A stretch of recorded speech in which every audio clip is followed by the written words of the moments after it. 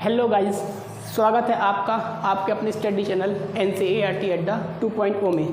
Guys, जैसा कि आप सभी को पता है, जो हमारी क्लासेज चल रही थी वो बोर्ड एग्ज़ाम की प्रिपरेशन पे चल रही थी, जहाँ पर हमने एक्सरसाइज 1.1 के सारे क्वेश्चन देख लिया, इंट्रोडक्शन देख लिया।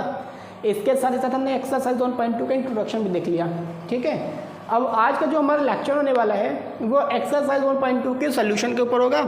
हम यहाँ पे देखेंगे एक्सरसाइज 1.2 के क्वेश्चन के सॉल्यूशन को सॉल्व करेंगे। ठीक है, तो वीडियो को लंबा ना करते हुए आ जाते हैं टॉपिक में। तो आप भी कॉपी पे लेकर रेडी हो जाएं और आते हैं टॉपिक में। तो आज का जो हमारा लेक्चर होने वाला है session NCERT math class 10th English medium. ये लेक्चर जो होगा ये हिंदी मीडियम का लेक्चर बच्चों। इंग्लिश मीडियम की वीडियो ऑलरेडी अपलोड हो चुकी है ना। ये जो आज का लेक्चर होगा वो होगा हिंदी मीडियम का। ये हिंदी मीडियम पे लेक्चर होगा। ठीक है, चैप्टर 1 एक्सरसाइज 1.2 का सोल्यूशन होगा। ठीक है, बोर्ड एग्जाम प्रिपरेशन। ठीक है, बाकी ठीक है। तो क्वेश्चन नंबर फर्स्ट एक्सरसाइज 1.2 का सोल्यूशन लिख रहा हूँ मैं डायरेक्ट, उत्तर हल फर्स्ट। ठीक है, हमें क्वेश्चन नंबर फर्स्ट में दे दिया है √5 दिया है। आपको कॉपी ऐसे लिखना है। ठीक है, दिया है √5 √5 हमें दिया है और हमें √5 की अपरिमेयता सिद्ध करनी है। ठीक है, तो हमें दिया है √5 और क्वेश्चन में क्या बोला है, सिद्ध करना है। सिद्ध करना है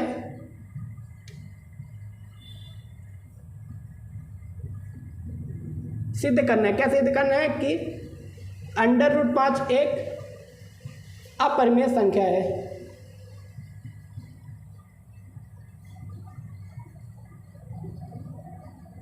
हमें सिद्ध करना है कि √5 एक अपरिमेय है ना, अपरिमेय संख्या है। हमें ये सिद्ध करना है। ठीक है, सेम वैसे ही जिस तरह से आपने √2 का पढ़ा, √3 का पढ़ा, वैसे ही √5 का भी होगा, है ना। तो वीडियो को लंबा ना करते हुए ज़्यादा डिटेल पे जाएंगे नहीं, डायरेक्ट सॉल्व कर रहे हैं।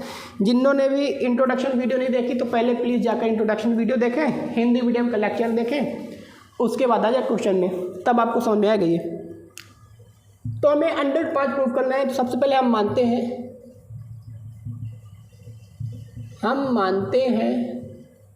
कि √5 एक परिमेय संख्या है। आप यहाँ पे भी लिख सकते हो कि इसके विपरीत हम यह मानते हैं, इसके विपरीत हम मानते हैं कि √5 एक परिमेय संख्या है। ठीक है, अगर √5 एक परिमेय संख्या है तो इसको हम P/Q के रूप में लिख सकते हैं कि नहीं, जहाँ पे Q की वैल्यू 0 नहीं होनी चाहिए। Q should not equals to be 0। ठीक है, Q की वैल्यू 0 नहीं होनी चाहिए। जहाँ P और Q क्या है, P और Q क्या है, पूर्णांक संख्या है, पूर्णांक है। और इनका HCF क्या होगा, और इनका HCF क्या होगा, 1 होगा। ठीक है, पूर्णांक है और इनका HCF क्या होगा, 1 होगा। इतनी बात आ गई कि नहीं आई समझ आ गई। अब देखिए, अगर 5 परिमेय संख्या तो इसको हम P/Q के रूप में लिख सकते हैं ना। अब Q को इधर ट्रांसफर करेंगे तो √5 Q बराबर P बचेगा। इसको इक्वेशन 1 बोल दें। ठीक है, समीकरण 1। दोनों पक्षों का वर्ग कर दो। दोनों पक्षों का वर्ग करने पर दोनों पक्षों का वर्ग कर देंगे √5 Q का वर्ग बराबर P का वर्ग। √5 का वर्ग करेंगे तो 5 आएगा, Q का वर्ग करेंगे तो Q आएगा, Q का वर्ग, और P का वर्ग होगा P²। ठीक है, 5 को इधर ट्रांसफर कर दीजिए तो Q² बराबर P²/5 आएगा। अब यहाँ पे ध्यान से देखो तो 5 क्या कर रहा है, P² को विभाजित कर रहा है। अगर 5 P² को विभाजित कर रहा है तो इसका मतलब 5 P को भी विभाजित करेगा। प्रमेय 1.3 में आपने पढ़ा था। ठीक है, तो यहाँ पे लिख सकते हैं, यहाँ 5p² को विभाजित कर रहा है।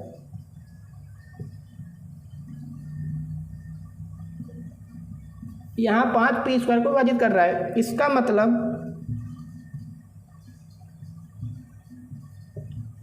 5p को भी विभाजित करेगा, विभाजित करेगा। 5p² को विभाजित कर रहा है तो 5p को भी विभाजित करेगा, और जब 5 को हम p से विभाजित करेंगे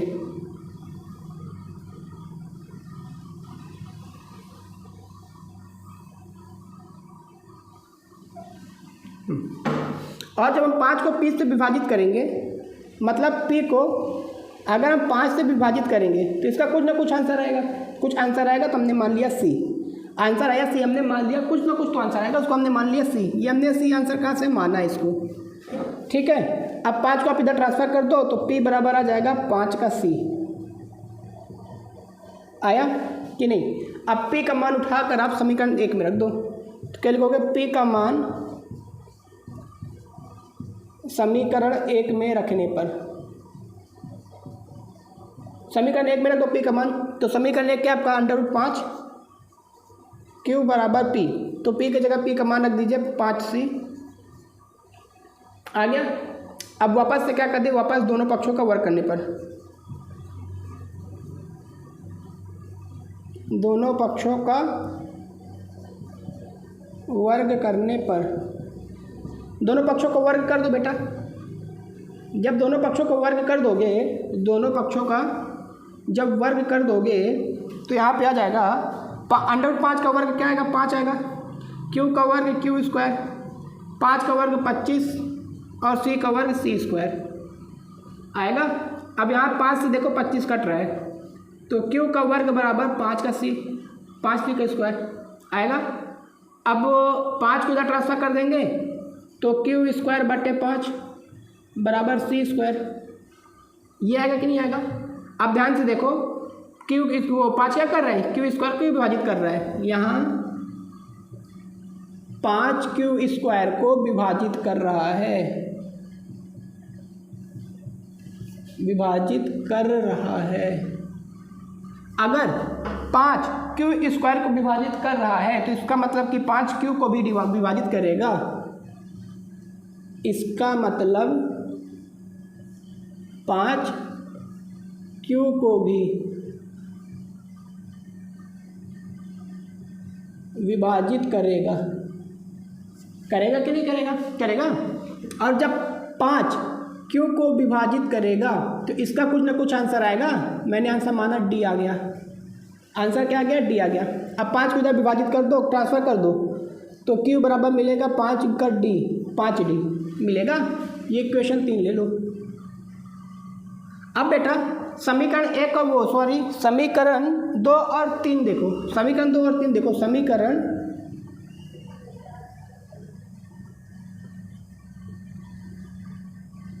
समीकरण 2 और 3 देखो। समीकरण 2 क्या दिया, p बराबर 5c,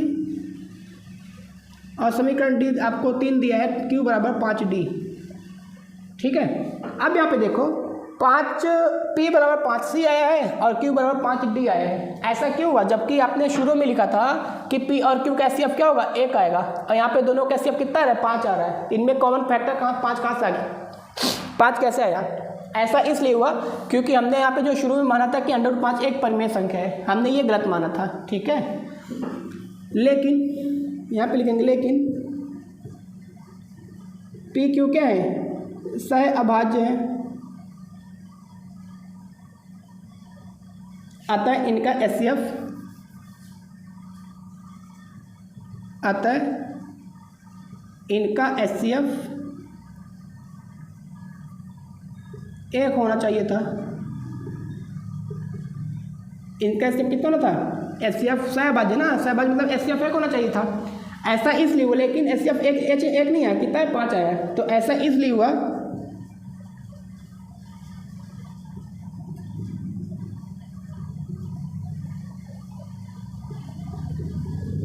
क्योंकि हमने गलत अवधारणा की थी कि √5 एक परिमेय संख्या है।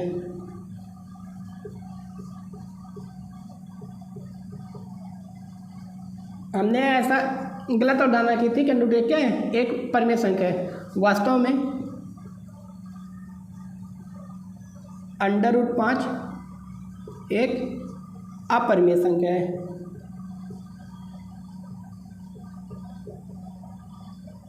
वास्तव में √5 एक अपरिमेय संख्या है। ठीक है, अगर हम शुरू में मान लेते हैं कि √5 एक अपरिमेय संख्या है तो हमें कभी भी कॉमन डिफरेंस 5 नहीं मिलता। ठीक है, तो उम्मीद करता हूँ वीडियो समझ में आई होगी। एक बार मैं फिर वापस से रिकॉल किए दे रहा हूँ, है ना। सॉल्यूशन तो है नहीं इसमें, बस केवल आपको स्टेटमेंट ही लिखना है, हिंदी का है ना। तो आप हिंदी के स्टेटमेंट में ज़्यादा ध्यान दें, लिखने का तरीका देखें। यहाँ पे 3-4 ब्लॉक बने, तो पहला ब्लॉक आपका ये हो जाएगा, सेकंड ब्लॉक ये है और थर्ड ब्लॉक ये है ना। देखिए, हमें सिद्ध करना था कि √5 एक अपरिमेय संख्या है। ठीक है, हम मानते हैं कि हम सबसे पहले हम इसका वो विपरीत मानते हैं कि √5 एक परिमेय संख्या है। फिर हमने क्या किया, अगर √5 एक परिमेय संख्या है तो उसको P/Q के रूप में हमने लिख सकते हैं। हमने लिखा जहाँ पे बता दिया Q = 0 नहीं होना चाहिए, और P और Q क्या है, कोई पूर्णांक है। क्या है, पूर्णांक है, और इनका HCF क्या होगा, 1 होगा। P और Q का HCF कितना आएगा, 1 आएगा, मतलब कॉमन संख्या क्या होगी, 1 होगी। फिर हमने Q किधर ट्रांसफर किया तो 5Q = P मिला, इसको समीकरण 1 मान लिया। फिर समीकरण 1 के दोनों पक्षों का क्या कर दिया, वर्ग कर दिया। और जब वर्ग करने पे हमें क्या मिल जाएगा, 5 √5 का वर्ग 5, Q का वर्ग Q और P का वर्ग P², ये सब मिला। फिर हमने क्या किया, 5 को ट्रांसफर कर दिया तो Q² = P², इधर गुणे में है, इधर आएगा तो बटे में हो जाएगा, भाग में, तो P² बटे 5। और यहाँ पे क्या हम देख रहे हैं कि 5 क्या कर रहा है, P² को विभाजित कर पा रहा है। तो यहाँ 5 क्या कर रहा है, Q इस P² को विभाजित कर रहा है, इसका मतलब 5 P को भी विभाजित करेगा। और जब 5 P को विभाजित करेगा तो उसका कुछ ना कुछ आंसर आएगा, कुछ भी तो आंसर आएगा। तो उसको हमने मान लिया कि आंसर क्या है, C आया, C आंसर आया। फिर P बराबर हमने क्या कर दिया, 5 को ट्रांसफर कर दिया तो P = 5C आ गया, इसको समीकरण 2 रख दिया। फिर क्या किया, P का मान समीकरण 1 में रख दिया। जो P का मान यहाँ पे आया, यहाँ से जो P का मान है इसको उठा कर हमने समीकरण 1 में रखा। और जब समीकरण 1 मान रखा तो कुछ ऐसा वैल्यू मिली, और फिर हमने क्या किया, दोनों पक्षों को वापस से वर्ग कर दिया।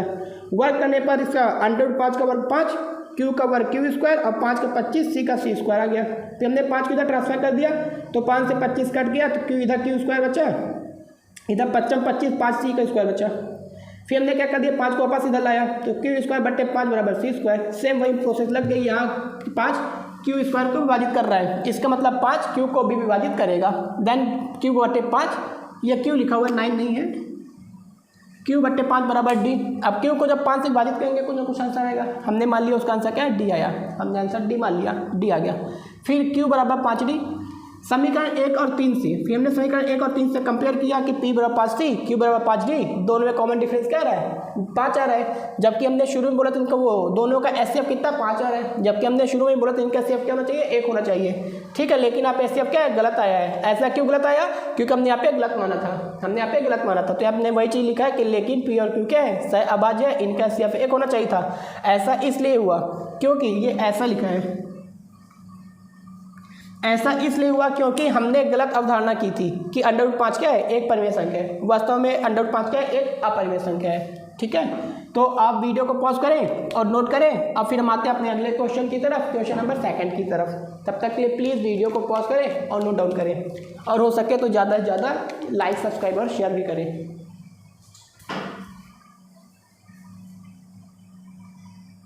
आते हैं हम अपने अगले क्वेश्चन नंबर एक्सरसाइज 1.2 के क्वेश्चन नंबर 2 की तरफ। एक्चुअली मैंने क्वेश्चन भी पढ़ाया था थोड़ी देर पहले, पढ़ा दिया है, लेकिन क्या हुआ कि मैंने वीडियो प्ले नहीं किया है ना। पूरा लेक्चर कंप्लीट हो गया तब देखा तो वीडियो प्ले ही नहीं हुआ, तो दोबारा पढ़ाना पड़ रहा है। तो आते हैं, कभी कभी बेवकूफ़ी हो जाती है कि वीडियो प्ले ही ना करो, लेक्चर पढ़ा दो, उसके बाद देखो तो वीडियो नहीं चल रही। ठीक है, खैर जो भी हुआ अच्छा हुआ। आते हैं क्वेश्चन की तरफ। क्वेश्चन नंबर 2 का सोल्यूशन हमें यहाँ पे सिद्ध करना है कि 3 + 2 √5 एक अपरिमेय संख्या है। एक बार वीडियो चेक कर ले यार, हो रही कि नहीं हो रही, हाँ हो रही है। ठीक है, हमें सिद्ध करना है कि 3 + 2√5 एक अपरिमेय संख्या है ना। तो प्रोसेस सेम रहेगा। सबसे पहले हम इसका विपरीत मानते हैं। सबसे पहले हम इसके विपरीत यह मानते हैं कि 3 + 2√5 एक क्या है, एक परिमेय संख्या है। एक 3 + 2√5 एक परिमेय संख्या है।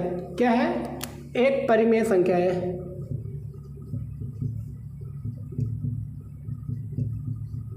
और अगर 3 + 2√5 एक परिमेय संख्या है तो इसको हम p/q के रूप में लिख सकते हैं कि नहीं लिख सकते हैं? लिख सकते हैं, लेकिन q = 0 नहीं होना चाहिए, क्योंकि परिमेय संख्या कंडीशन होती है जहाँ pq क्या है, pq कोई पूर्णांक है, pq क्या है, कोई पूर्णांक है और इनका HCF किसका, और इनका HCF PQ का HCF कितना होगा, 1 होगा।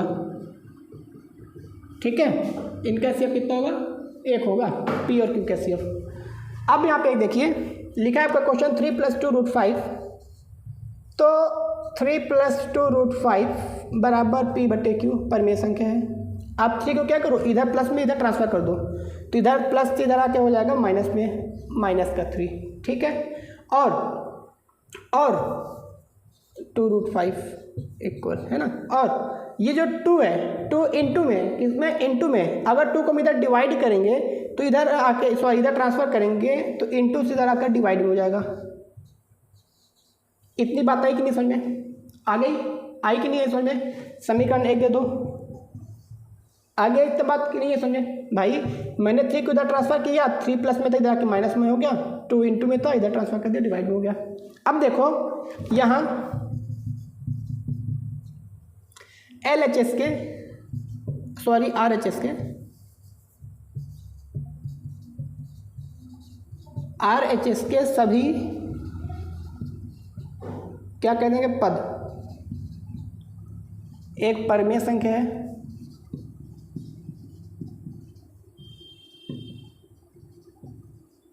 ध्यान से देखो ना, RHS सभी पद क्या कोई परिमेय संख्या है, किंतु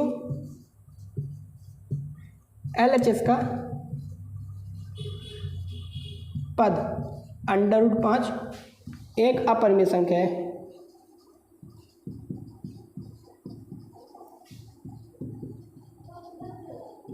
एक अपरिमेय संख्या है, और कभी भी एक परिमेय संख्या अपरिमेय संख्या के बराबर नहीं हो सकती, और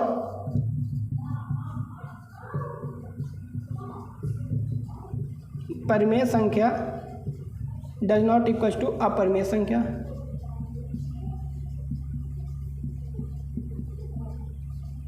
कभी भी परिमेय संख्या अपरिमेय संख्या के बराबर नहीं हो सकती, लेकिन यहाँ पे बराबर है, लेकिन यहाँ पे बराबर है। तो ऐसा क्यों हुआ, ऐसा क्यों हुआ, ऐसा इसलिए हुआ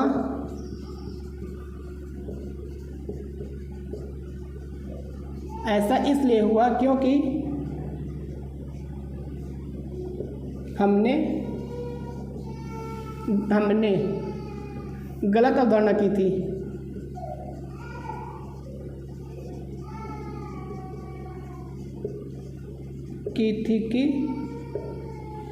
हमने गलत अवधारणा की थी कि 3 + 2√5 एक परिमेय संख्या है।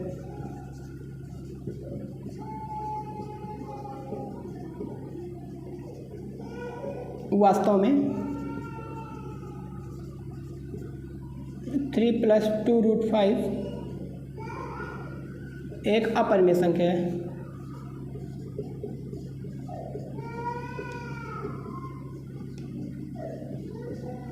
आई बस में वास्तव में 3 + 2√5 एक अपरिमेय संख्या है। तो इसका सलूशन ये है, और ज़्यादा लंबा है नहीं सलूशन, स्टेटमेंट भी कम है। अगर एग्जाम में आया तो 2 से 2.5 नंबर में आएगा। तो प्लीज़ वीडियो को पॉज करें और नोट करें, ठीक है। अब हम आते हैं अपने अगले क्वेश्चन नंबर 3 की तरफ। इसके भी 2-3 पार्ट हैं, तो उसको भी देखते हैं। अब आते हैं हम अपने अगले क्वेश्चन नंबर 3 की तरफ। यहाँ पे हमने दो पार्ट में अभी थर्ड क्वेश्चन का 2 पार्ट लिया है, ठीक है। इसका भी जो अगला पार्ट होगा शायद देखते हैं अगले बोर्ड में आएगा वो। तो अभी तो इसको देखते हैं। हमें सिद्ध करना है कि 1/√2 क्या है, एक अपरिमेय संख्या है। तो वही इसके विपरीत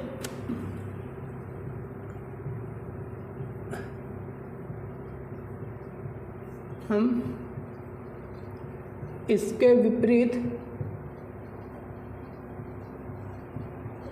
यह मानते हैं कि 1/√2 एक परिमेय संख्या है, परिमेय संख्या है। और जब 1/√2 कोई परिमेय संख्या होगी जिसका मतलब इसको हम p/q के रूप में लिख सकते हैं, where q should not equals to be 0। क्योंकि इसमें HCF का कोई रोल है नहीं, तो आप यहाँ पर सिंपल लिख दो, जहाँ p/q क्या है, कोई पूर्णांक है, p/q कोई पूर्णांक है, बस इतना लिखो है ना। HCF का कोई रोल है नहीं। अब हमें q की वैल्यू चाहिए, तो q को इधर ले जाओ तो क्या हो जाएगा, q को इधर ला दो, q का इंटू 1 में करो तो q/√2 इक्वल्स टू p होगा, ठीक है। अब p को आप इधर ले जाओ, ला दो, और q को इधर ले जाओ। तो p को जब इधर लाएंगे तो यहाँ पे 2 की जगह p आ जाएगा, इधर √2 आ जाएगा, आ जाएगा। इतनी बात आ गई नहीं समझे भाई। मैंने q के इंटू 1 में किया, q बन जा q को p को इंटू √2 में किया था और √2 को इधर ले गया, इंटरचेंज कर दिया, ठीक है। इंटरचेंज वो कहते हैं, आपने पढ़ा होगा बचपन में, सार एकांतर हमने कर दिया यहाँ पे, है ना, एक अंतर, इनका रिप्लेस चेंज कर दिया। अब देखो, अब यहाँ पे देखो, अगर तो q/p क्या है, कोई परिमेय संख्या है, q/p कोई परिमेय संख्या, इसको ऐसे लिख दो, बस अब थोड़ा ठीक दिख रहा, सही पहले भी था लेकिन थोड़ा ठीक दिख रहा। q/p क्या है, कोई परिमेय संख्या है, लेकिन √2 क्या है, एक अपरिमेय संख्या है। तो यहाँ लिखो, यहाँ q/p एक परिमेय संख्या है,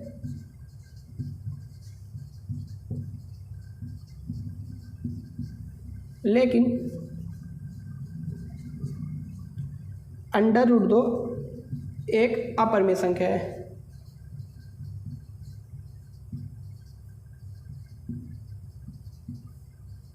√2 एक क्या है, अपरिमेय संख्या है। और परिमेय संख्या कभी भी बराबर नहीं हो सकती अपरिमेय संख्या के।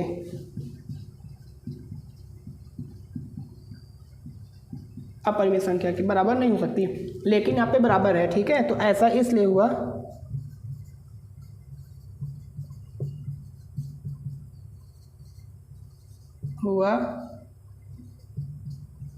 क्योंकि हमने गलत अवधारणा की थी।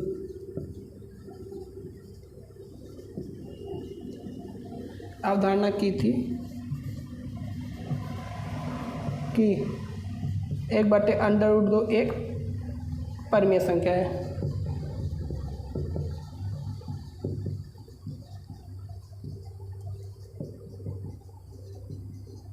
वास्तव में 1/√2 एक अपरिमेय संख्या है। वास्तव में 1/√2 एक अपरिमेय संख्या है, ठीक है। तो इसका सोल्यूशन ये हो गया। अब हम आते हैं क्वेश्चन नंबर 3 के सेकंड पार्ट की तरफ।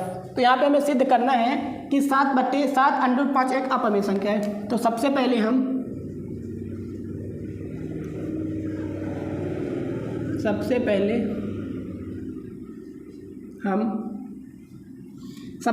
इसके विपरीत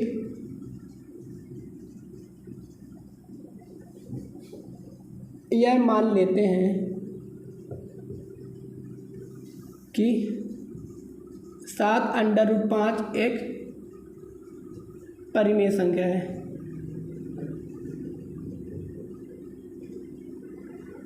सबसे पहले हम इसके विपरीत यह मान लेते हैं कि 7/5 एक परिमेय संख्या है। और जब 7/5 एक परिमेय संख्या है, तो इसको हम p/q के रूप में लिख सकते हैं, कि नहीं लिख सकते?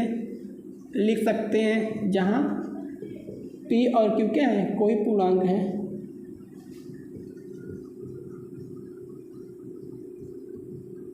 पी और क्यू कोई पूर्णांक है, ठीक है। अब जब 7 इससे लिख सकते हैं, तो अब आप वही करिए, 7√5 upon equal to P upon Q, है ना।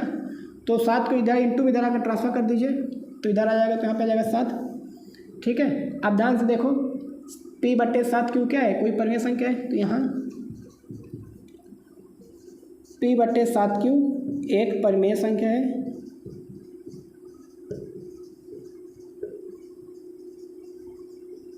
लेकिन √5 एक अपरिमेय संख्या है, एक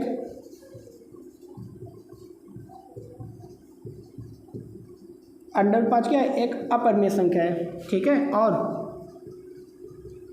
कभी भी परिमेय संख्या अपरिमेय संख्या के इक्वल नहीं हो सकती, अपरिमेय संख्या के बराबर नहीं हो सकती, ठीक है। लेकिन यहाँ पे हुआ है, तो यहाँ पे हुआ है, तो ऐसा इसलिए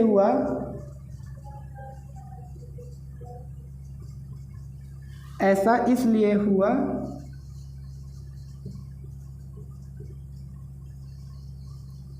क्योंकि हमने गलत अवधारणा की थी कि 7√5 एक परिमेय संख्या है।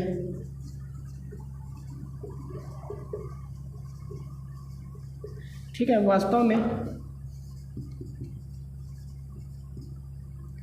7√5 एक अपरिमेय संख्या है।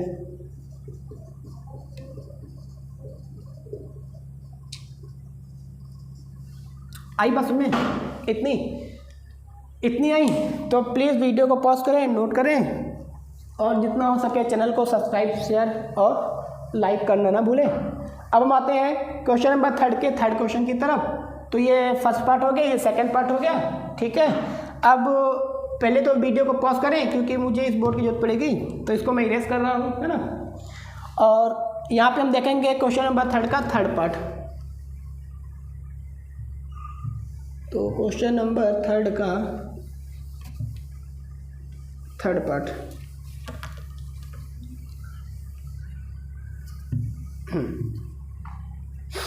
क्वेश्चन नंबर 3 का थर्ड, ठीक है। क्वेश्चन नंबर 3 के थर्ड पार्ट में हमें दिया है, हमें सिद्ध करना है कि 6 + √2 सिद्ध करना है,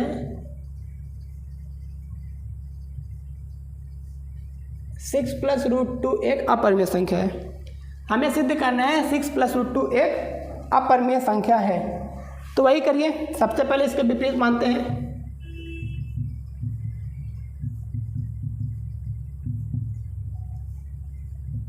सबसे पहले हम इसके विपरीत यह मानते हैं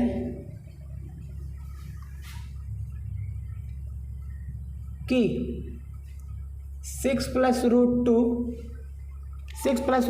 एक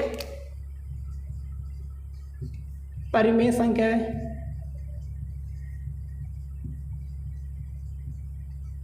सबसे पहले इसके विपरीत यह मानते हैं कि 6 + √2 एक परिमेय संख्या है। और जब 6 + √2 एक परिमेय संख्या होगी, तो इसको हम p/q के रूप में लिख सकते हैं, ठीक है। जहाँ पे q की वैल्यू 0 के इक्वल नहीं होगी, और p और q क्या है, कोई पूर्णांक है। p और q कोई पूर्णांक है। इतनी बात आ गई। अब ध्यान से देखो, p और q कोई पूर्णांक है, ठीक है। अब ध्यान से देखो, यहाँ पे ऐसा लिखा हुआ है 6 + √2 बराबर p/q, ये लिखा हुआ है चीज़। यहाँ पे क्या करो, 6 इधर प्लस में इधर ट्रांसफर कर दो, इधर प्लस में तो इधर आके माइनस हो जाएगा, ठीक है। और अब ध्यान से देखो, ये क्या है, कोई परिमेय संख्या है। क्या है, कोई परिमेय संख्या है। तो लिखो यहाँ P/Q माइनस 6 एक परिमेय संख्या है, लेकिन √2 एक अपरिमेय संख्या है।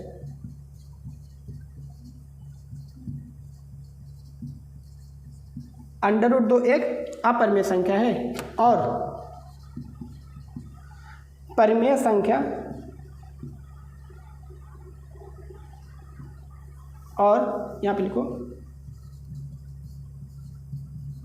परिमेय संख्या कभी भी अपरिमेय संख्या के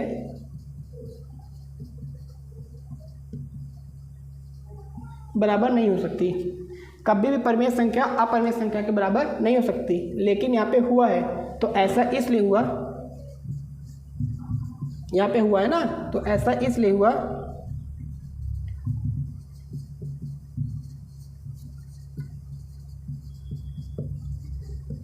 क्योंकि हमने गलत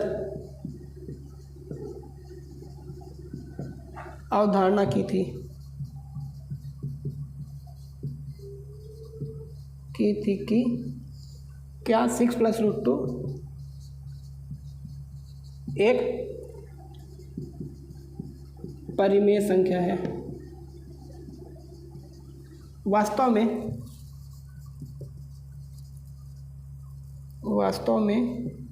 6 + √2 एक अपरिमेय संख्या है।